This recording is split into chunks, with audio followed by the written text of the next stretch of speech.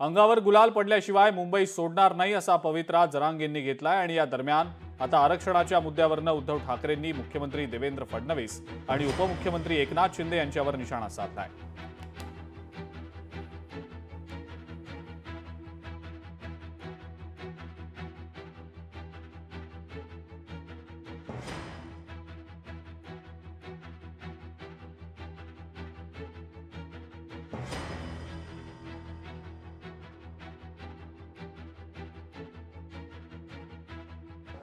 मुंबई ही मराठी माणसाची राजधानी आहे आणि मराठी माणूस जर न्याय हक्कासाठी मुंबईत येणार नाही तर तो काय सुरत आणि गुवाहाटीला जाणार।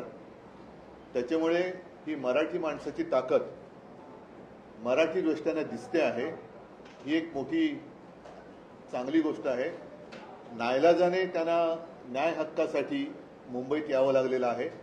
नुसती टोलवाटोली या सरकारकडनं चाललेली ही टोलवाटोली बंद करून जो काय आहे तो सन्मान्य तोडगा त्यांनी काढला पाहिजे।